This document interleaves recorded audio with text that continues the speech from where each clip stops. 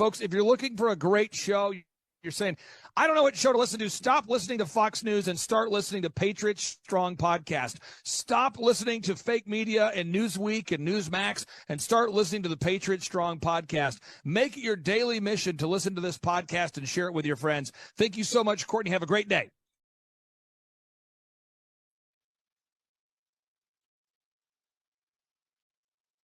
Hi, friends. Thank you guys so much for tuning in to the Patriot Strong podcast. If this is your very first time listening or tuning in, please do me a favor. Share this video if you're watching live on Facebook. Comment. Let's get in conversation and the interaction.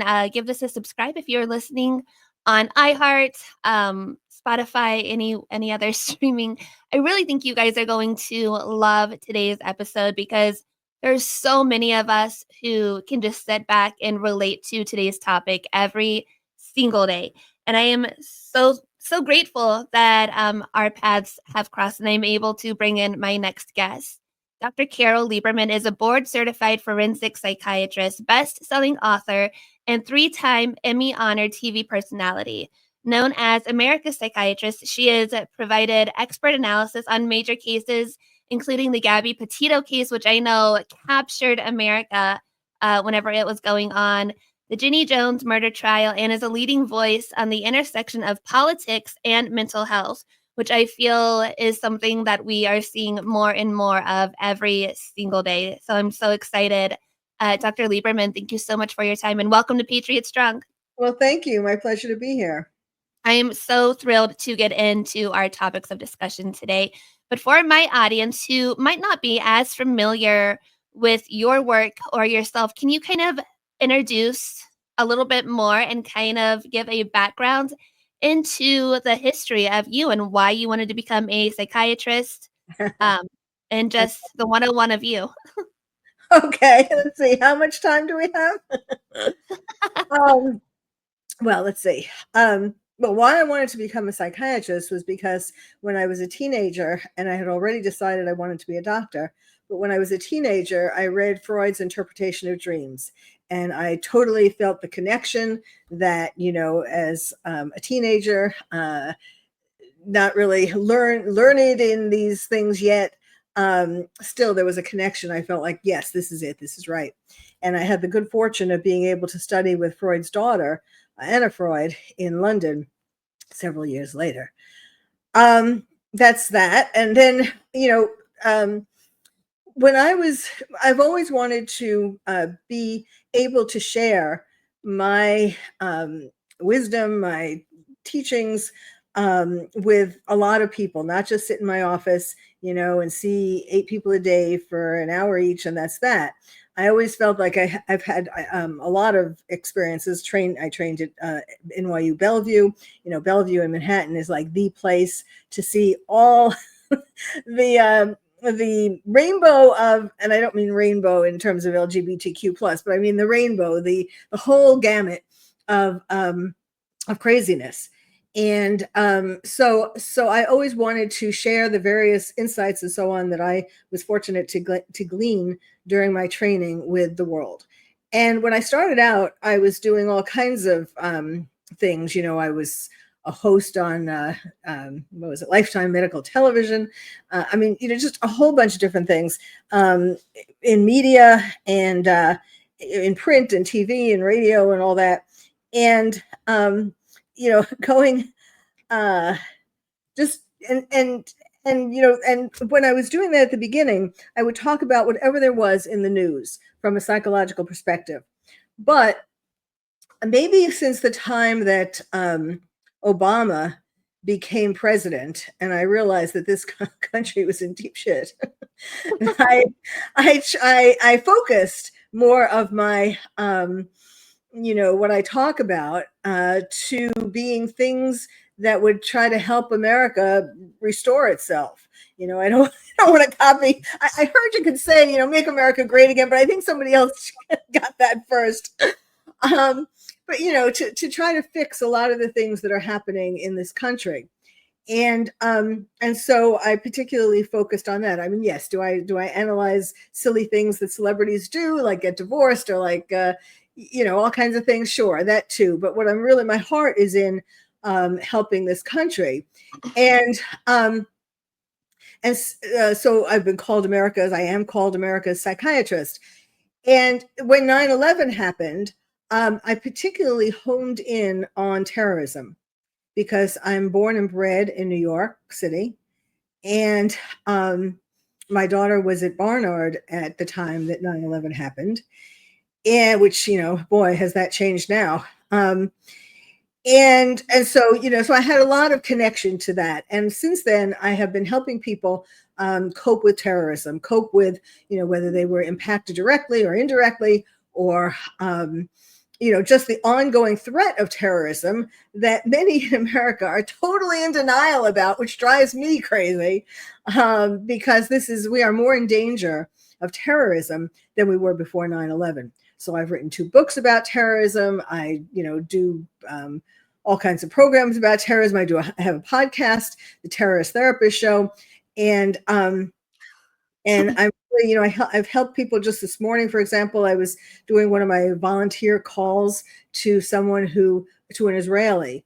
I work with not just people in America. I've worked with people in Paris, in London, in Manchester, and in Israel, helping them cope with terrorism.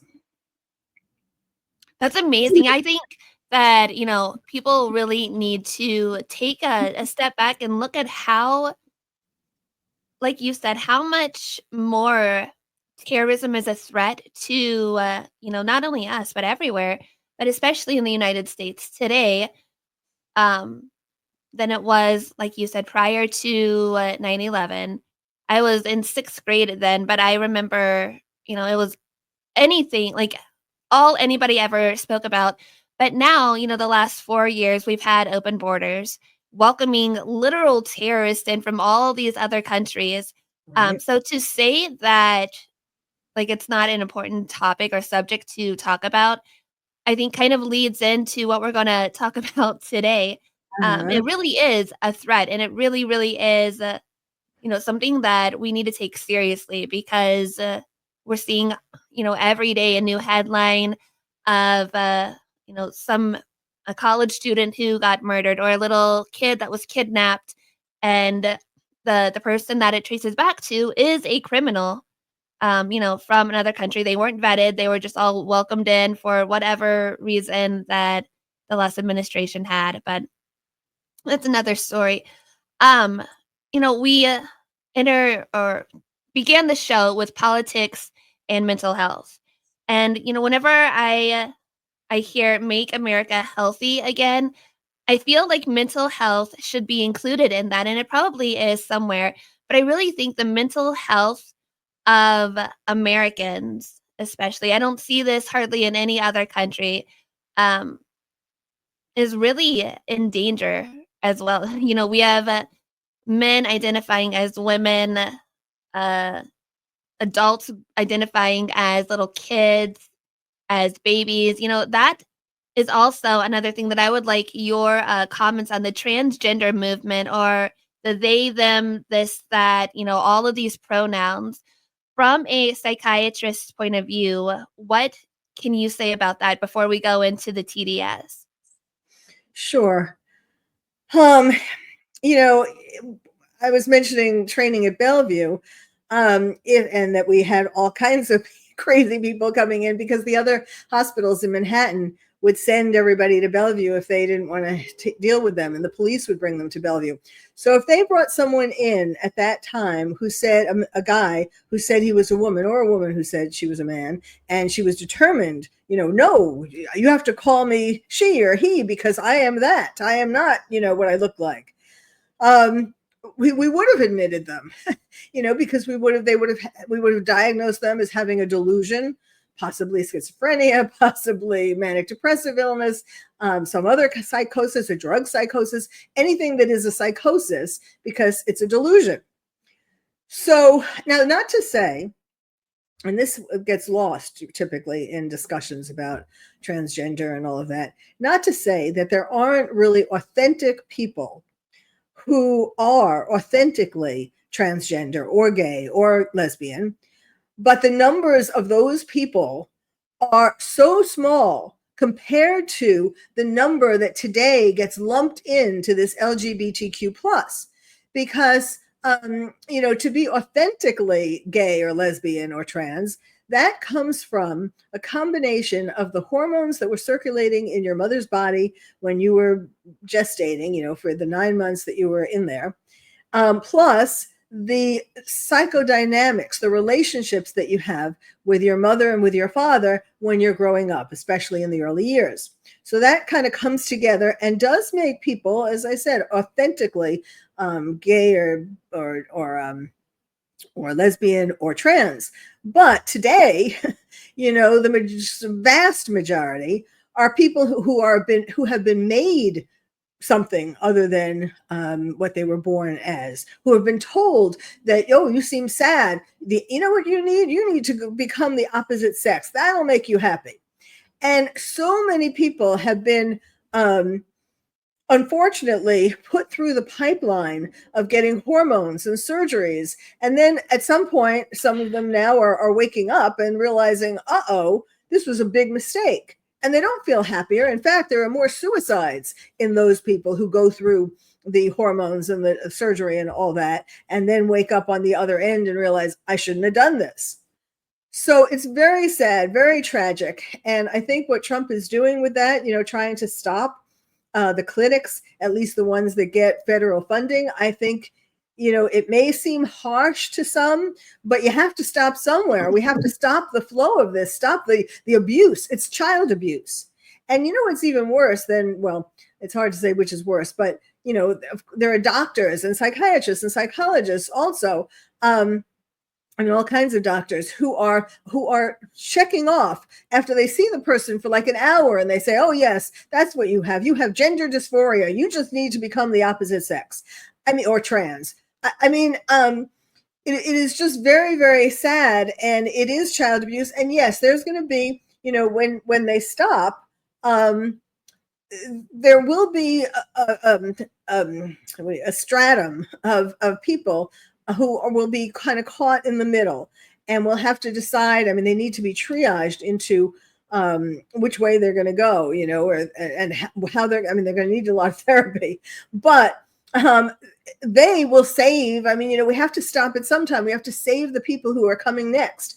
And, as I was trying to say, what's even sadder than that is the parents who, yes, who think it's okay, or who claim, oh, my 5-year-old girl climbed a tree. She must want to be a boy.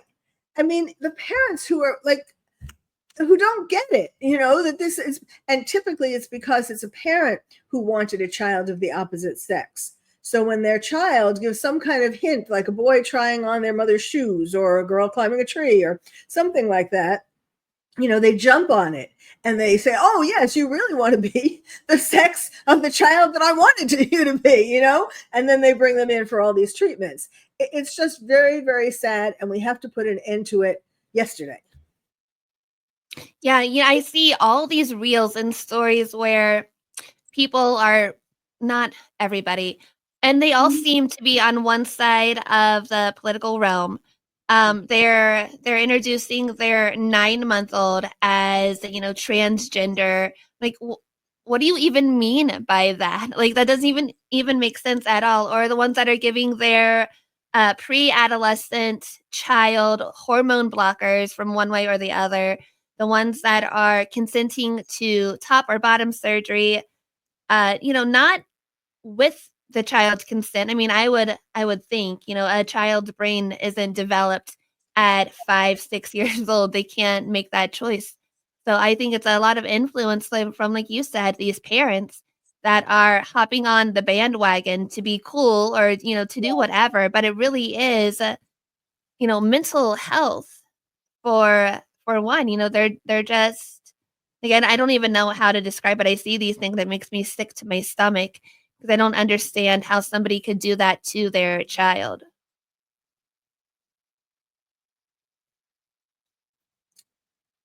Like you were saying, some of them do it unconsciously because they wanted a child of the opposite sex, and some of them do want to be cool. They think this is what, if I do this, all my friends will think I'm cool. I'm a progressive parent. I'm an in parent. I listen to my child. Well, there's no way that you should be listening to a 5-year-old. They don't know what they're talking about. They may be unhappy because their parents are getting divorced, or because their best friend broke up with them, or something else. But it's not because they are not the opposite sex. Yeah, I think again, like your introduction said, politics and mental health is it goes hand in hand. And I think everybody can see it, but if you can't see it, just like open your eyes a little bit wider because it's there. And that's kind of what we're gonna go into right now with TDS, Trump derangement system. I know everybody watching this knows somebody that has it, that like they speak or they like try to say anything and you're just like, what are you talking about? Like, what do you even mean? So I know that we're gonna go into that. There was a post that Ted Nugent actually posted on his X account earlier, and it says, like Dianne Feinstein has been in the government for 60 years, Chuck Schumer 45 years, Maxine Waters 47 years, Patrick Leahy for 54 years, Joe Biden 51 years, Nancy Pelosi 33 years. And they are all blaming Trump, who's been in government for 3 years, a little bit longer now, for problems that they haven't solved in decades. And I think that goes right into what we're going to talk about today. So, Yes, everybody has heard of the TDS. That's a very good point. It's true. I mean, God, when you think about that, if they were good, if they were doing good in government, it would be great, that they were devoting themselves to public service for all this time. Although, it's public service or making themselves enriched. But yes, it's just very sad that so many of these people are weighing us down or preventing things from getting better. Exactly. And they want to blame Trump for this, and that. But while we still have time, I know that we discussed time a little bit earlier, but can you kind of explain what TDS is on the very basic level, and how we are seeing it in different realms of politics right now? Sure. Well, my definition for TDS is an irrational, quasi-psychotic hatred of anything Trump, resulting in rage and over-the-top efforts to destroy him and his work. And it kind of extends to his top-level people around him, like most obviously Elon Musk, whose Teslas are being blown up all over America. I wonder, maybe even in Europe. I don't know if it's been happening in Europe or other countries, but certainly here it's all over. And it's like kids having a temper tantrum.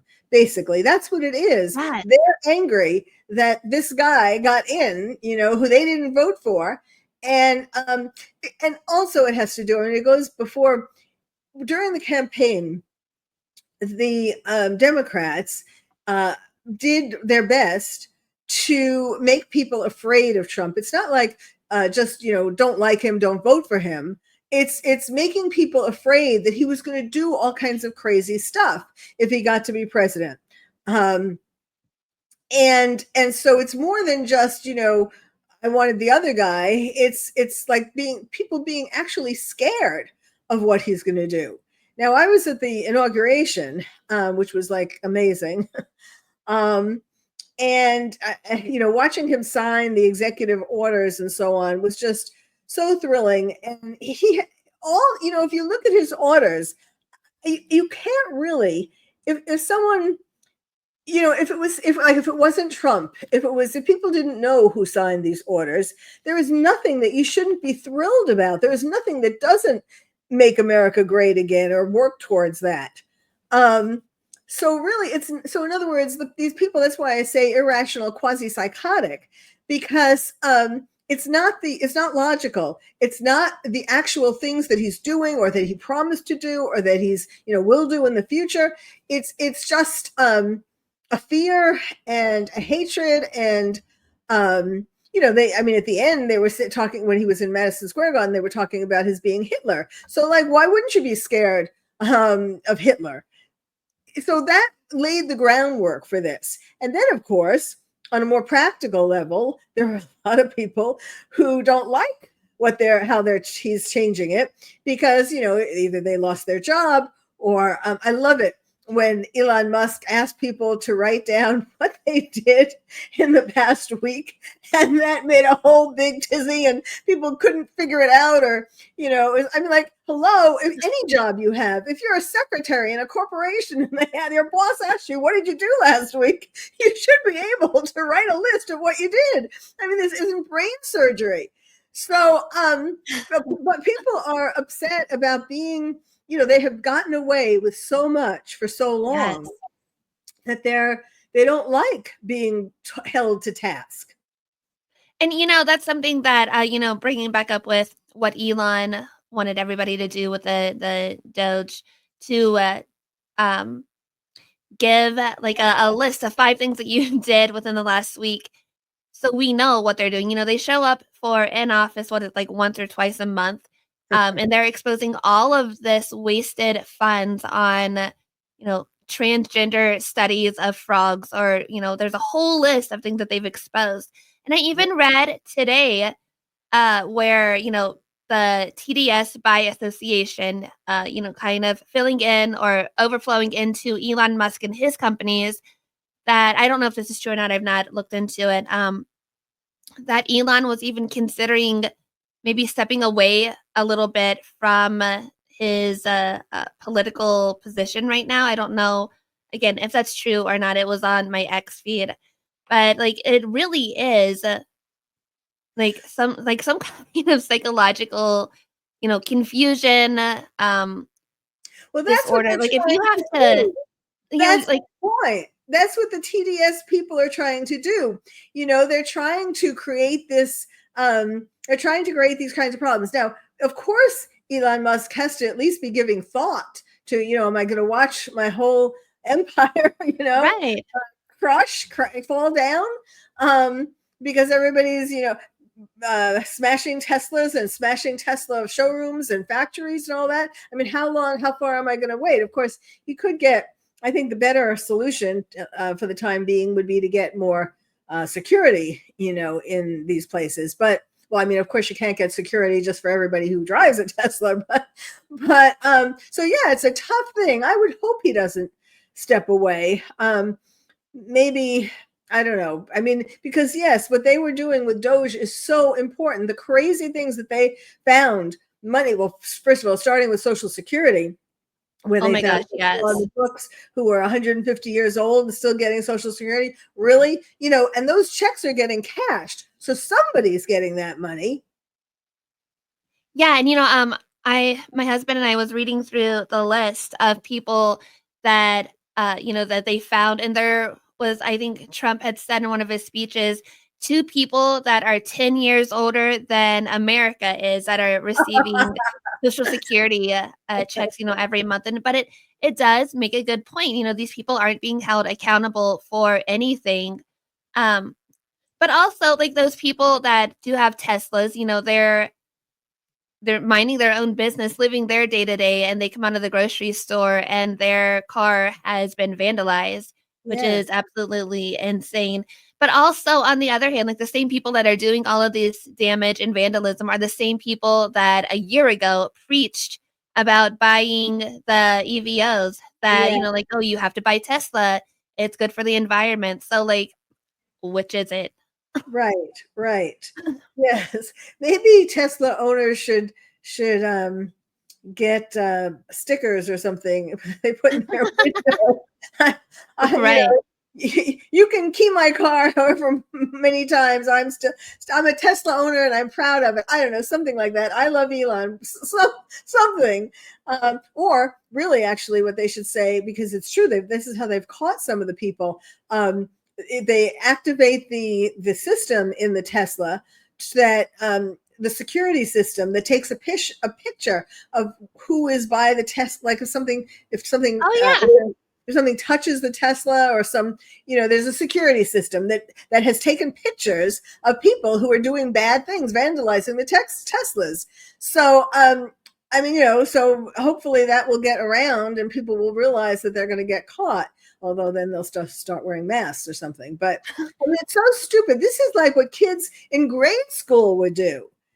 Literally, like temper tantrums or like the high school cliquey kind of things. We have a coworker who was telling us about all of the security systems that Teslas have literally last week. And like you said, it's a political disagreement, full-blown psychological obsession, marked with irrational hatred, paranoia, but most of all, emotional instability.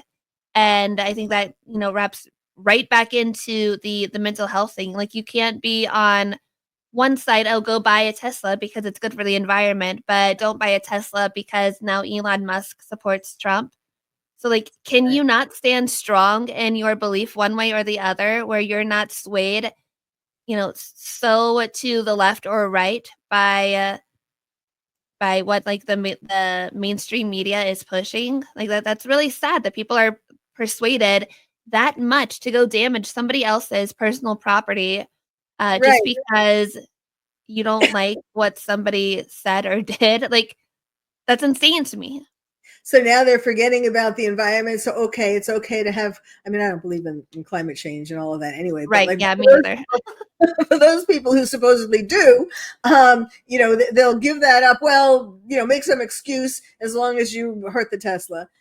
It's crazy. It's just really, our world, like to go back, I guess, to the beginning, it's, America is in bad shape psychologically. Even just the stress of living with all of this division and all of these threats and these arguments and threats of assassinations and all that. It's interesting. Trump is doing things so fast. That's part of it too, though, that people generally don't like change. And he is changing things so fast. Now, it's not like he just came up with these things, after he got elected. He's obviously been thinking of these things for a very long time, but he's implementing them very quickly. And I think that, at least unconsciously, that this is because, he's had two assassination attempts already, and he knows there are more people out there who would like to see him dead. And I think he's trying to get as much done as he can, just in case something would happen.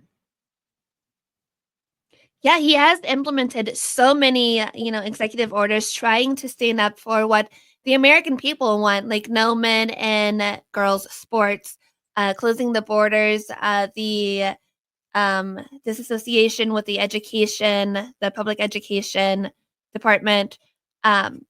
I think he is moving really fast and people don't like it. But, he's had 8 years to plan everything. So, like, he's like 1, 2, 3, 4, 5. He's accomplished so much. One of my friends and I were just talking about this earlier. Like, what do we feel about what he's been doing and how quickly it's been moving? And I'm so proud of, everything that he's accomplished thus far, even though we have all these federal judges trying to block his executive orders and everything like that, which kind of really sheds light on where they stand. Yeah. You know what I mean? Yes, that's another thing. To see these judges, Obama appointed or, Yes. Democratic judges trying to stop him. It wasn't, they are continuing the lawfare that they had before he got elected. And, which is just making things, and that's what they're trying to make things 10 times as hard, to slow things down, to try to make him fight for everything that he wants. And it's exhausting, but he really doesn't show any signs of, at least not to the public, of slowing down or changing his mind, or he's still in there fighting. And I think that a lot of them don't like Trump. They liked him before, but they don't like him now because he can't be bought out like the rest of the corrupt politicians in our, in the system. He has his own money. He doesn't need their money. He doesn't need their backing. So he's going to stand by what he proposes, and I love that about him. I like that he, like we see him making all these deals with international leaders, whereas our last administration kind of cowered and bent the knee to everybody. He's not one to, mess around with, for Right. my listeners out there and everybody else knows FOFA. I don't know, around and find out, you know what I mean? But I think they are scared of him. They are threatened by him. They find him intimidating. And that's kind of like what you were saying earlier, how people are scared of what he does, but they can't name anything Yeah, right. that Right. he's done that they're offended by. They just go by what they see on mainstream media. Yes, absolutely. I mean, we've had a long time, really, like, well, excuse me, let me take something to drink. Excuse me. When we've had 8 horrible years with Obama, who's been the worst president ever, and Obama was able to have 4 more years with Right. Biden by being the Yes. puppeteer of Biden. And so that's a lot of time that, to drive America into the ground. And so, so yes, there's a lot of deep state to root out of, up to uproot. But I have confidence in Trump that he'll be able to do it. But it's just it's so ridiculous because yes, the American public, the great majority of the American public voted him in. He is doing what he promised. It's not like he's saying, now that he got it, oh well, I was only kidding. I'm really going to do this. No, he's doing what he promised and what the people voted for. So but Biden, to the extent that anybody voted for Biden, and we know that it wasn't as many people as showed up in the polls, but whoever voted for Biden, they weren't really voting for Biden. They were voting against Trump, and the Democrats could have put up a parakeet, and still people would have voted for the parakeet. Anybody but Trump. So. So yes, it's this kind of especially men have TDS, because men are especially, they compare themselves to him, and he is much more of a man than most men in America or in the world. He is he is tough. He is principled. He that's what the men find the most intimidating, find his stature, his his boldness, he's a bit of a bull in a china shop, but for good reasons, not to like break things, but to make things go right. And so but men especially are intimidated. They compare themselves to him and see him as more of a manly man, shall we say. And they don't like that. They don't like that they fall short. I think his confidence, with everything that he does, really puts a stamp on everything. I was going to ask you what your point of view from a psychiatrist's, perspective would be just about Trump and why everybody is so intimidated by him. Well, that's what I was just saying, that that they know they can't mess around with him. They know that he has these principles that he's going to make happen. And in fact, during this campaign, he had so much going against him, including 2 assassins, and that was. I think this is one of the most important things to know. Well, I mean, everybody knows, but to think about in regard to Trump. That when he, in Pennsylvania, when the assassin shot and hit him in the ear, and he was bleeding, and he went down, and then he got up, and what did he say?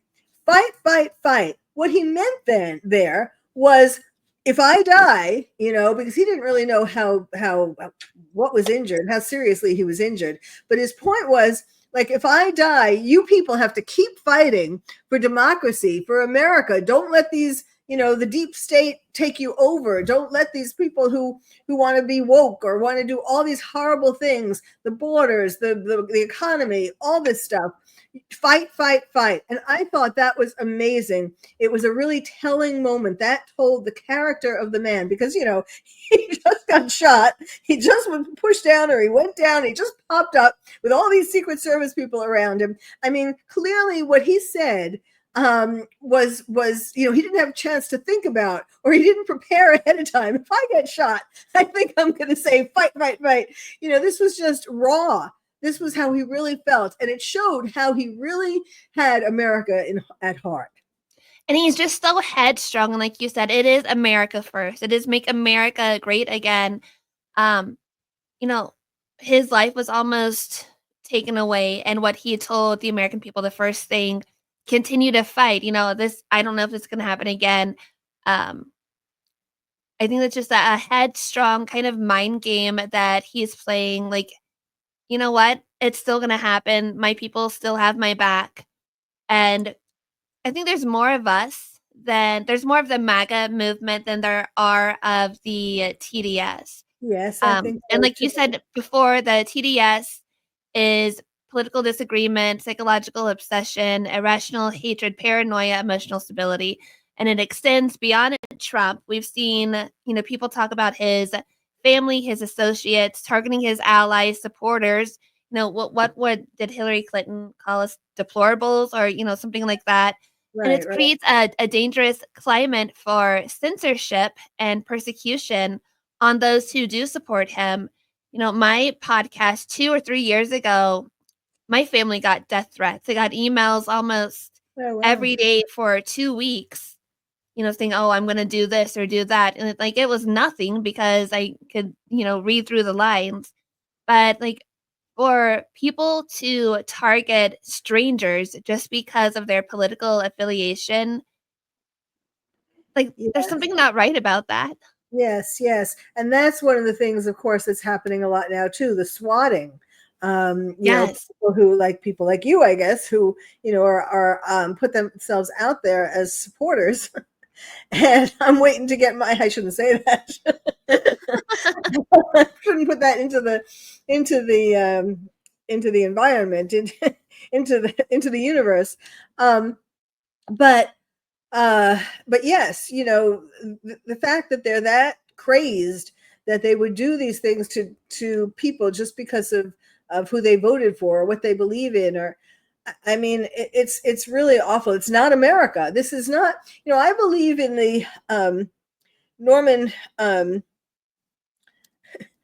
Norman Rockwell kind of America. The paintings, that show, I mean, granted, this was, I think, in the 50s or 60s or before, I don't even know, but it was pictures of America, healthy America, wholesome America, fathers taking their sons fishing, kids sitting at an ice cream stand, all these things, like just down home kind of family and neighbors and the flag, all of that. And we have gone astray, and we need to go back to that.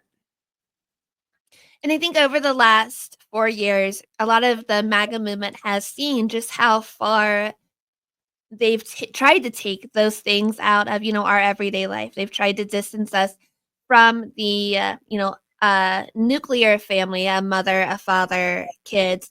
They've tried to distance us from, being neighborly whenever we were locked down for so many months. Right.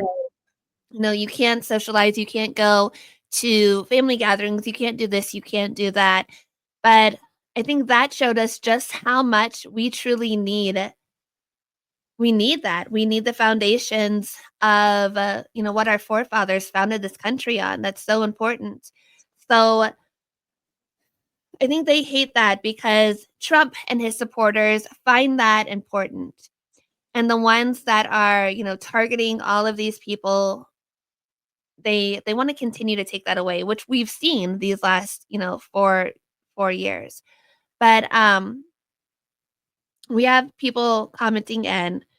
I know that you said you want TDS to be officially included in the DSM as a diagnosable mental health disorder. Can you, how would that happen?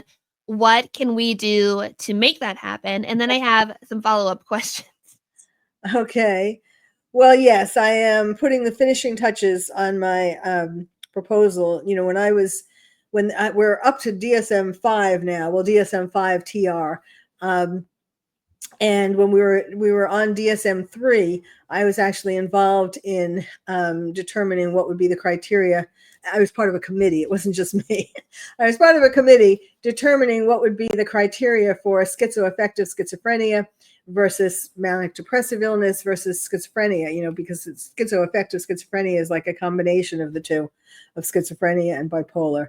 And so at that time, there were committees for all the different diagnoses or groups of diagnoses. And so I am going to go that same route, although clearly there's not a committee for TDS, at least not yet. Perhaps I should go about making a committee. But I mean, so I've gone that route before of getting a diagnosis in. I was the one who wanted a separate diagnosis for schizoaffective schizophrenia. So, so much of this, if people knew what goes into making these diagnoses, yes, there are studies, certainly for some things and some aspects of diagnoses, absolutely. But it really kind of comes down to who is on the committee for that particular diagnosis and what their opinion is and what their argument is for why it should be a certain way. It's not like, and it's mainly, it's the Diagnostic and Statistical Manual by the American Psychiatric Association is mainly for to help psychiatrists and other mental health professionals talk to each other about mental illness, about different kinds of mental illness, so that we're each on the same page.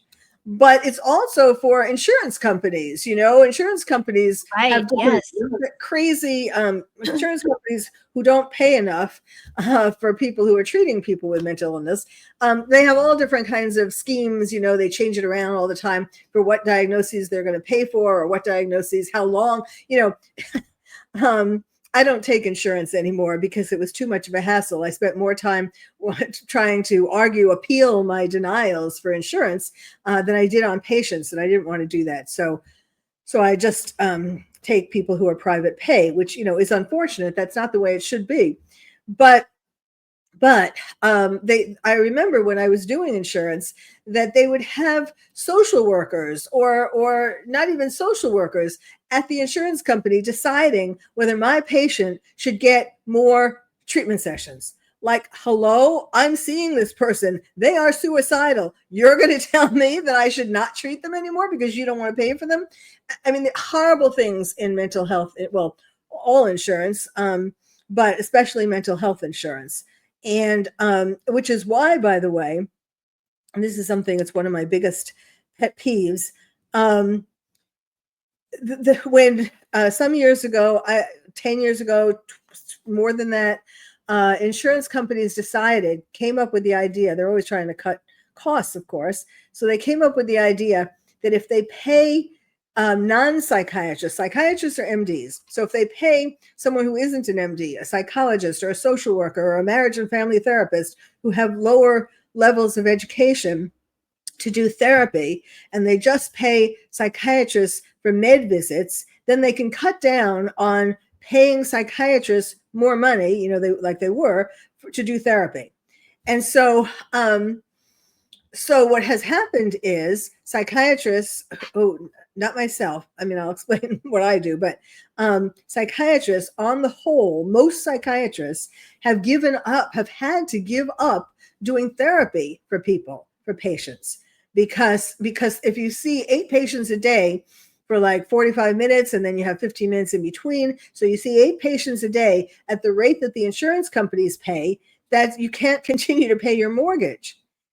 So what psychiatrists have done to try to, adjust for this is that they do med visits. They see people for 15 minutes or a maximum of half an hour, and they don't really get into what's causing their depression or anxiety or obsessive compulsiveness, whatever they have, PTSD, whatever they have. They just try to figure out, they ask about symptoms, and they try to figure out, like, off the top of their head, because there's no way you can do this in a half an hour, or even an hour. You have to, anyway, they figure out a medication to start with. Let's say they're depressed, so they give them an antidepressant. Then they give them an appointment for a month to 2 months to 3 months from then. And then the person comes back in a month to 2 months to 3 months. They're not better, duh, because they didn't get any therapy. No medicine alone is going to help whatever psychological problem you have. You need therapy. And if you need a medication, it would be along with the medication. So that is happening. It's like a pandemic of this. And so it's happening all over America, and people are just ending up on 4 and 5 and 6 medications, not feeling any better, and not getting any therapy. And this is a major, it's the secret. It's the unspoken thing that I'm saying out loud, because it's horrible. And because I've seen, one of the things I do is, as a forensic psychiatrist and expert witness, I do, amongst my cases, I do malpractice. And there have been so many malpractice cases against psychiatrists after the person kills themselves or kills somebody else because they weren't treated properly. They didn't get the right treatment. And then, so like they kill themselves and then the family sues the doctor. I mean, that's not the answer.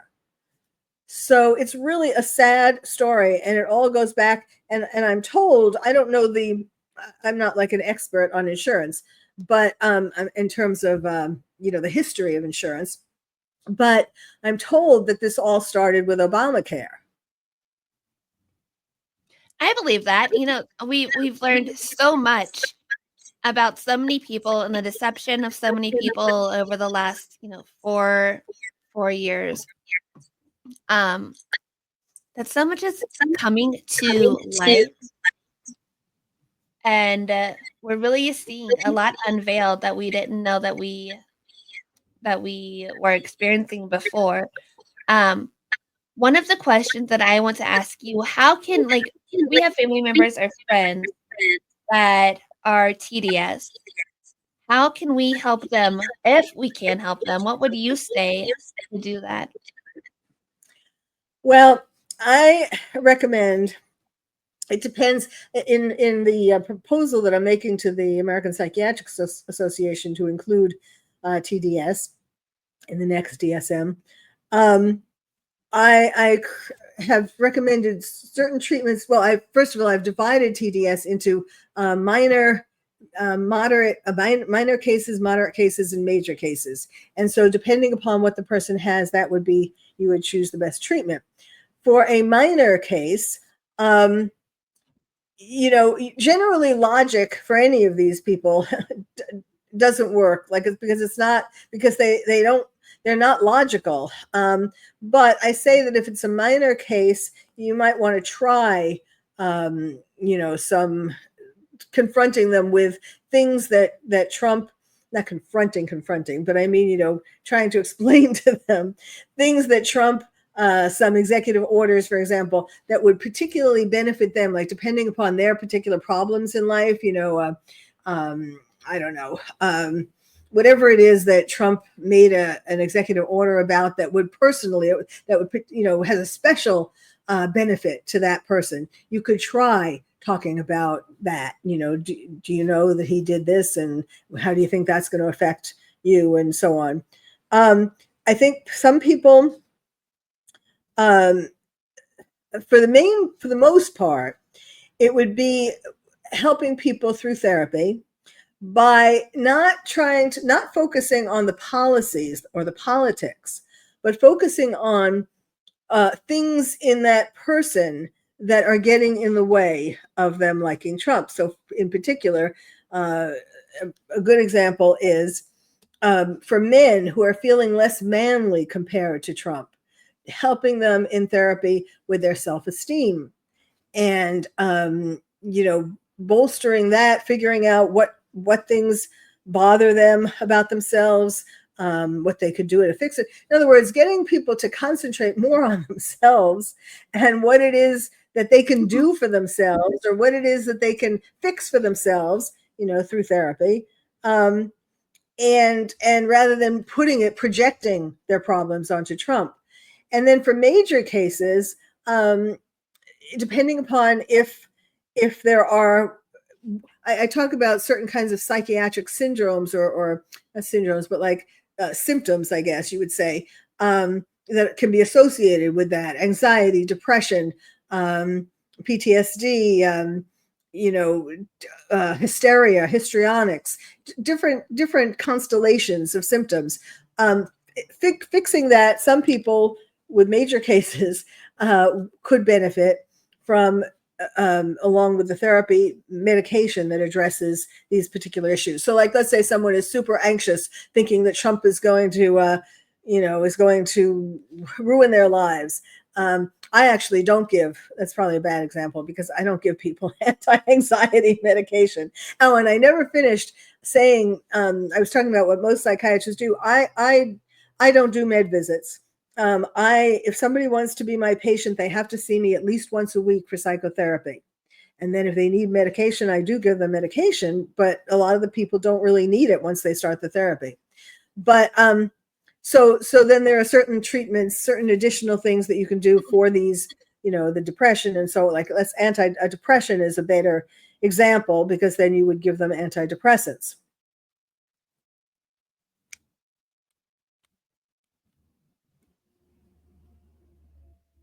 So I think that's a very good, kind of overview of everything that all the people in the comments are saying. We definitely got their answer with that. It's just so hard to talk to people who have the TDS, because they are like so fixated on one kind of mindset. And I find it hard to have like a rational conversation with somebody, because I try and ask, like, hey, why do you feel this way? And they're just like, I don't even know how to say it correctly, but they're just so like, oh no, you're wrong, Trump's bad, this is why. Like, they won't have the conversation. So Right. it makes it hard to to communicate with anybody that has a different point of view, or different mindset, different thought process of everything that's going on, because they are Right. just so, I guess, convinced, because mainstream media told them this is why Yes. you should hate Trump, but they don't do the research, or the they don't take the time to realize what Trump has done. That mainstream media has this agenda, and that's why you hate Trump, because the agenda. Right. Yes, like I was saying about a parakeet could have been Yeah, voted in exactly. instead. I mean, I'm hopeful that, but it's going to take longer than I had thought at the beginning. But I'm hopeful that as time goes on, and people begin to see, I mean, when Trump finally gets things through, past lawfare and past all these other things, when people start seeing all the benefits that he has brought about, Right, yes. even just, I mean, even like some of these things are really major, like they're visual, for example, the gangs being sent to Venezuela, and then you see the pictures of the jail that Yes. they're going to, the prison in Venezuela. I mean, these are criminals, hardened criminals who plan to do a lot worse. They've killed people, they've taken over apartment buildings, they've done all kinds of things. Of course you should be glad that they're not in America anymore. I mean, these are things, they're like no-brainers. But that's why I said they're irrational. And that's why, the one thing you shouldn't do when you're faced with a TDS is not try to argue with them, to argue logic with them. I was talking about it in therapy, but that would be only for very minor cases, and that would be in a certain special kind of environment where the therapist would be very gentle. and not confrontational. But yes, I'm hopeful that as more and more things happen, that where people can see the benefits, that there will be less TDS. But I don't know. I'm not. But it's not going away anytime soon. It's as like I thought it would. I mean, I thought people were going to be more rational than they are. It's very unfortunate that here's somebody who's trying to do such amazing things for this country, and he could just be, with all his billions, he could just be on the golf course. He could be, traveling with Melania. He could be doing all kinds of fun things, and instead, he is risking his life. I don't think people, especially not the TDS people, I don't think they give him enough credit for that every single day that he is still president, he is taking major. I saw him the other day on television. There was a shot where he was walking to his plane. And maybe you saw that. It was, I don't know, a day or two ago. And granted, there was Secret Service all around, but they weren't really close to him, but they were presumably in a circle around where he was walking. But it just makes me nervous. Some of the places that, I know he's probably hopefully wearing a bulletproof vest, but his ear wasn't bulletproof, so I just worry about that. But he's someone who's putting his life at risk every single day so that he can do good for America. And that's another thing. Like he doesn't take the presidential salary, he donates it. He's losing money by doing this. He's a billionaire, probably richer than that. I don't know his finances. But it's the fact that there are still people who are like, oh, he's doing this job for free, but still we're going to hate him because that's what CNN and, even Fox tells us to do. They're just so brainwashed by social media and all these platforms and the mainstream media, who is scripted. They all say the exact same thing at the exact same time. It's so sad that we've lost so much of the free thinkers to this like kind of zombie like trans kind of way of thinking. I want to touch, I know we're wrapping up. I want to touch on two more things. One about your book and one kind of off total topic of all of this, but it's always something that I've been interested in. So I want to know why a lot of people are. But can you touch on your book, Lions, Tigers, and Terrorists? Oh my, I know it's on Amazon. It is an adorable book from what I've seen, but can you talk a little bit about that? Yes, happy to. Lions and Tigers and Terrorists, oh my, How to Protect Your Child in a Time of Terror is the title. And it is a book for kids. It is a book, the first half of the book is for grown-ups, for parents or teachers. And that talks to the grown-up about things like, how to talk to your kids about terrorism, what are the things, how to recognize signs that they are being affected by hearing about terrorism, no less a terror attack. There are certain psychological ways that they show that this has been affecting them. Even just, kids, parents don't realize that even the kids pick up on a lot more than parents think, whether it's about their parents' relationship or about terrorism. So it's like how to confront your own feelings first before you talk to your kids, the most frequently asked questions that kids have, those kinds of things. Then the second half of the book is a picture book. It's everything you need to know about terrorism in a very relatively non-threatening way. And when I say everything you need to know, I mean, like I talk about, well, of course, 9/11, but I talk about why do terrorists want to kill us? Why do we have to, why do we go through TSA at the airport? What about the underwear bomber? What about the bombing in Paris, about the cartoon, the Muhammad cartoon?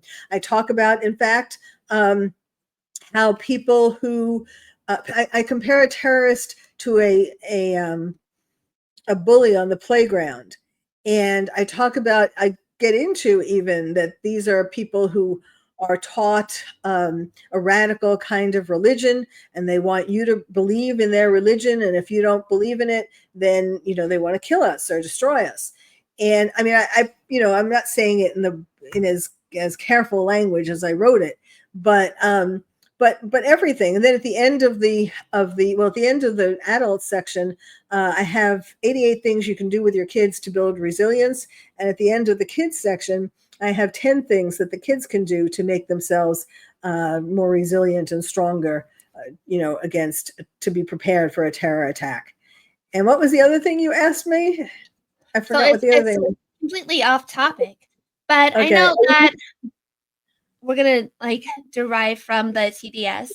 America was kind of captivated by the Gabby Petito investigation. I know that you shared your insights on that.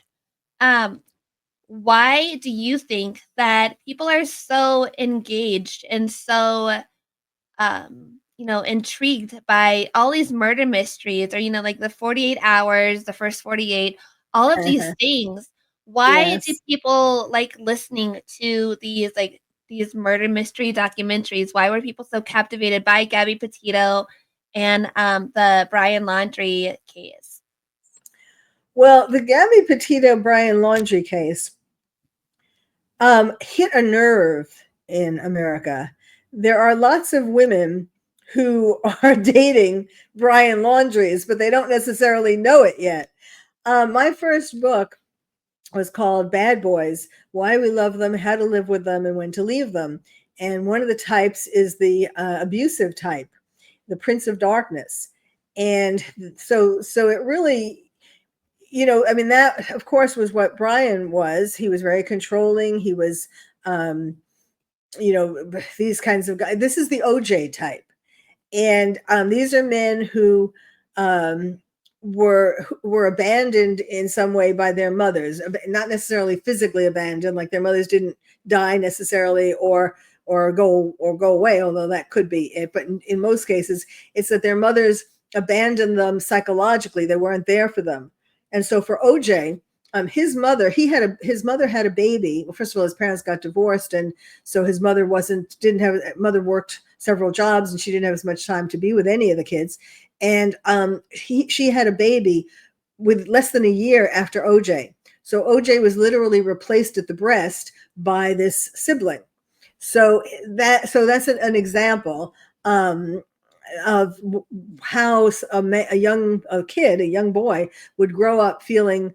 Not that many boys had the same situation of being replaced at the breast, but some kind of family situation, certainly, where they felt that their mother had abandoned them. And that makes these men be more sensitive to women who they're dating, who they love, abandoning them. And so then they become violent when the woman gives them a hint, does something, says something. He gets the feeling, and they're very sensitive to these feelings, gets the feeling that the woman is going to leave him. So in Gabby Petito, and so that's and with OJ, for example, that's when he killed his wife. They were at a ballet recital that night, and he saw that this was one time he realized that finally he wasn't going to be able to win her back. He had been, they'd been having these fights for years, and he was always able to smooth talk her and get her back. And he finally realized this time she wasn't coming back. And so that's when he killed her. So, and Gabby Petito, Brian Laundrie was very jealous of her doing this vlogging, because it wasn't about the vlogging per se. It was about her getting to be famous and people being attracted to her. She was adorable, and people seeing her on these vlogs almost every day. And he didn't want to lose her. Like, he was anticipating losing her. And so that, what was the answer to that? The answer is he eventually killed her. Right. And I think that's why, she was an influencer. She was young. She was trying to do all these things. And people are in like the era of being addicted to their phones, really. And that's like all that social media talked about at that point. Um, so beyond Gabby Petito, why do you think that people in general are, again, in Addicted. general, like so attracted to Yes. these murder mysteries? Like, why do they like to listen to these murder mystery documentaries? Is there a different psychiatric, like, kind of point of view of like this kind of interest, or whatever? People are definitely more attracted to crime than they have been in certainly in recent memory. Um, you know, it's for a number of reasons. First of all, part of it is that it's kind of an inborn thing that we want. It's the same reason why we want to see news every day. We want to know what's going on in the world to protect ourselves, to know what we have to be worried about and how to protect ourselves. And so, like, was there a fire in our neighborhood? Was there a terrorist attack down the street? And so, same thing with crime. By understanding what made certain people kill other people, or the intricacies of the different crimes, there's a sense of being able to better protect yourself. But then also it's just exciting, getting back to what I said at the very beginning about how what got me to be a psychiatrist was reading Freud's Introduction to Dreams. Freud, just said a lot of what essentially all of what Freud said was really true, even though people don't talk about it as much these days, certainly. But all what his description of human behavior and human motivation and all that is still true. When I go in as an expert witness and I want to explain to the jury, I want to put them in the shoes of either the plaintiff or the defendant. I do it by taking them back to when this person was a little boy or a little girl, and taking them through their whole life. I do a timeline, and I get the jury to understand that, to be in their shoes. And so people are kind of interested in what makes people tick, particularly criminals. And and every crime in a way is the same. A murder is a murder. In another way, it's super different depending upon what's in the head of the murderer, what the situation was. So it's always kind of new. What's that? What's old is new again? Something like that. Thank you so much for your time. That's so interesting. Psychology has always been an interest of mine. Like what you said, what first interested you in all of this was what dreams mean. And I remember as like a 10 or 11-year-old, my mom bought me a book about dream psychology. I forget the exact title of whatever book it was, but it's always been so interesting to me. So, I love that that's what got you into all of this as well. I think that my audience will love this episode. Oh, So, I do want to add something. yeah, for sure. 1 second, but I should have mentioned it when you were asking me about my book. One of my websites, my favorite website, is terroristtherapist.com. Terroristtherapist.com. And on that website, I have videos, because I created videos for the last 4 9/11 anniversaries. And this past year, I redid the video. It's all about, like, before it was about why we should remember 9/11 and so on and so forth. But this last year, I didn't make it as warm and fuzzy. I made it more of a warning, like why we have to worry about terrorism. They're in our midst. And I also did a music video for October 7th. And so well, there are actually 3 videos on the top of the website, and I think people would like to see that. terroristtherapist.com. And one more time, where can people find your book and more about you? Well, as you said, of course they can find it on Amazon, and they can get an autographed version from my website, from the terroristtherapist.com website. And where else can they? And there's a lot about me on that too, like in the about section, and there's my podcast is on there, my Terrorist Therapist podcast, and so on. And well, of course, I'm on X. I tweet up I rant on X, so you're very welcome to. And my handle on X is at Dr. Carole MD. So at DrCarole MD, and that's it. Thank you so much for your time. All of those links that you just said, all of the websites will be linked in the comments below. You guys, if you're watching this for the first time, if this is your first time learning about Dr. Lieberman, please look more into what she does. Amazing episode, amazing intel. Thank you so much for your time. I appreciate you so much for what you do. We have to connect again for more in-depth kind of conversations about, different topics. I love what you're doing. Keep up the great work. Thank you for putting yourself out there, for doing all the things that America needs to know. You guys, thank you so much for tuning in to this episode. God bless you. God bless this country. And together we're Patriots Strong. Bye, guys. Thank you.